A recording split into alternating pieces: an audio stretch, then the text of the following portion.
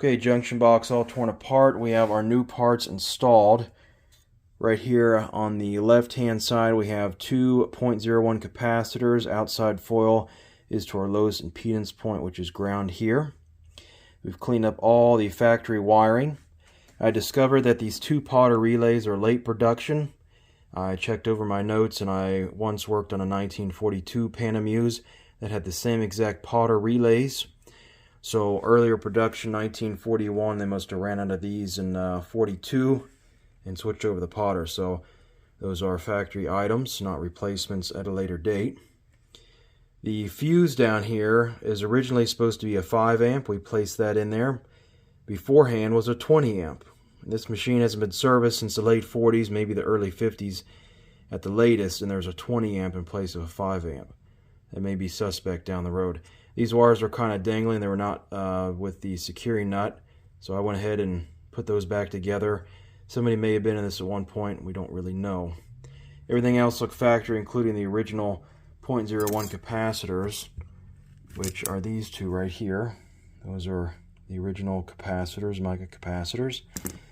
Also, our plug for the 16E changer, you can see the chips here. This is the factory original one, which is pretty beat up, which tells me somebody had been into this at one point a long time ago.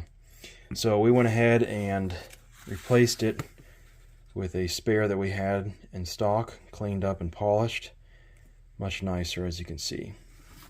Now, just for comparison, so this is a 1942 junction box. Here is a 1941 junction box. You can see the earlier style relays, but everything else is pretty much the same. There are the two 0.01 caps here on the left. So also you'll notice an extra plug here, where there's 4 plugs. There's only, well, I guess there's 5 plugs here on the left side. There's only 4 plugs here with a delete right here. So in 42 they made quite a few revisions electrically, all for the better, and this is your 42 junction box. Now the power cord, the original power cord was in bad shape. I had a spare from a junk chassis a long time ago. You can see the Art Deco scalloping on the plug itself. The power cord's in really good shape. You can see here.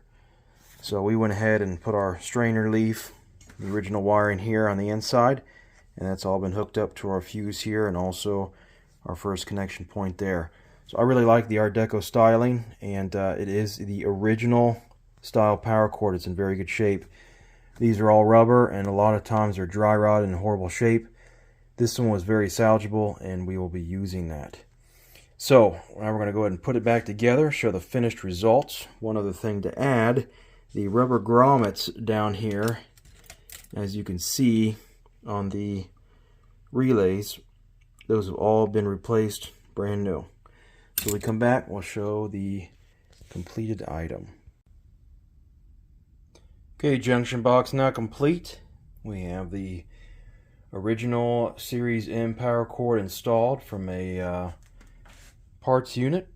We also have a new plug from a parts unit. Original cord there.